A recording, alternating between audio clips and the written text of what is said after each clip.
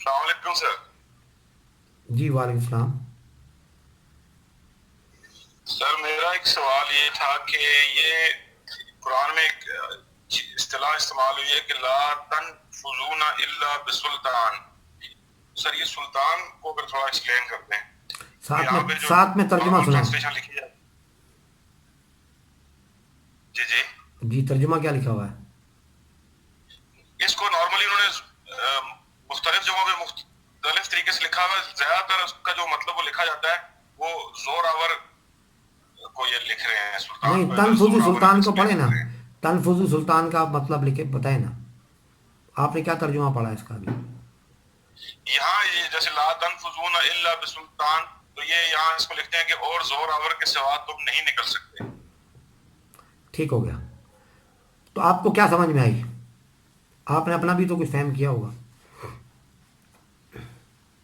سر یہاں پہ تو زور آور سے مراد اگر آپ اس کے پچھلے سیاق و سباق سے دیکھیں تو اگر یہ جو حدود مقرر کی گئی ہیں تو ان حدود سے نکلنے کے لیے تو زور کا تو کوئی کام مجھے سمجھ نہیں آتا. نہیں نہیں، سورہ اس رحمان مجھے میں ہے لگتا ہے کہ نہیں نکل سکتے الا سلطان کے. تو اس لیے یہ جی نہ جی کہیں جی. کہ کوئی نہیں نکل سکتا. وہ اللہ نے کہا کہ نہیں نکل سکتے بغیر سلطان کے.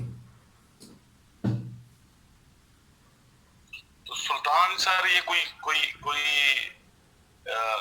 کوئی نالج ہے, کوئی پاور ہے, اچھا کوئی ٹھیک ہے. طریقہ کار ہے. جی جی دیکھیں اب میں آپ کو اس کے اوپر بہت زیادہ آ، مواد موجود ہے آلریڈی. ہر ایک نے اپنا اپنا نقطہ نظر دیا ہوا ہے.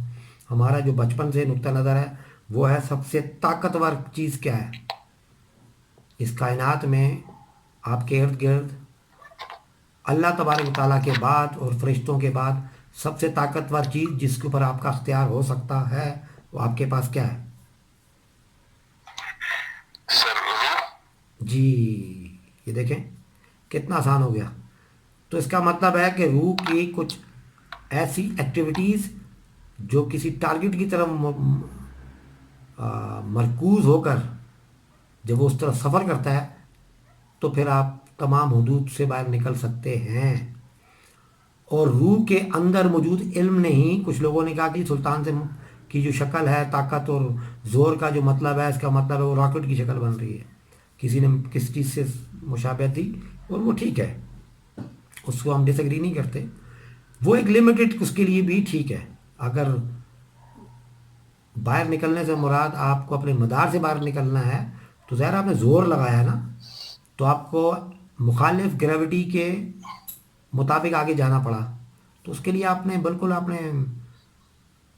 ایک میزائل کیا کہتے ہیں اس کو راکٹ بنایا, اس کے ذریعے آپ اسپیس میں چلے گئے, اسپیس مشین کے ذریعے. اب بات یہ کہ اب وہ لوہا خود سے اڑا گیا. آپ کے ذہن اور آپ کی روح نے جو علم جو ہے اس روح پہ کنسنٹریٹ کیا, اس لوہے پہ, اس کے اندر گیسز کا اجتماع کیا, اس کو علم کو جوڑا, اس کے بعد وہ آگے چلا, اس نے وہ مقصد حاصل کر لیا. تو اس پورے پروسیس کو سلطان کہتے ہیں. روح کا, ٹھیک ہو گیا. اورا کا, جسم کا متفق کا یکجا ہو کے ایک نقطے پہ ٹارگیٹڈ عمل. دیکھیں روحانی بزرگوں کی ایک بہت ساری سینگز جو ہیں علم کو شارٹ کر کے جب بیان کیا جاتا ہے ضرب المثل بھی بنتی ہے اور سینگز بھی بنتی ہے, فرمودات بھی کہتے ہیں اور اقوال زری بھی کہتے ہیں. تو بزرگوں میں سے, ہمارے بزرگوں میں سے ایک قول یہ ہے کہ جب ذہن, روح اور جسم کا ارادہ ایک نقطے پہ مرکوز ہو جائے تو وہ ارادہ مظہر بن جاتا ہے, اس کا مظاہرہ ہوگا, لازمی ہوگا, خواہ وہ کچھ بھی ہو. آپ کا تینوں چیزیں, تینوں صلاحیتیں اکٹھی ہو جائیں. آپ دیکھتے تو ہیں کہ جب لوگ تل جائیں, سائنٹسٹ تل جائیں, تو وہ تینوں چیزوں کو اکٹھا کر کے اپنی مقصد پا لیتے ہیں. آپ کچھ بھی تخلیق کرنے کا سوچ سکتے ہیں, کچھ بھی تخلیق کرنے کا. پہلے آپ کا جسم انکار کرے گا, آہستہ آہستہ آپ کا ذہن جو ہے وہ اس کو گائیڈ کرے گا کہ اس کو ایسے ایسے کریں, تو ایسے ایسے کر کے کر سکتے ہیں. تمام تخلیقات میں خالی جسم کا استعمال تو نہیں ہے, ٹھیک ہے.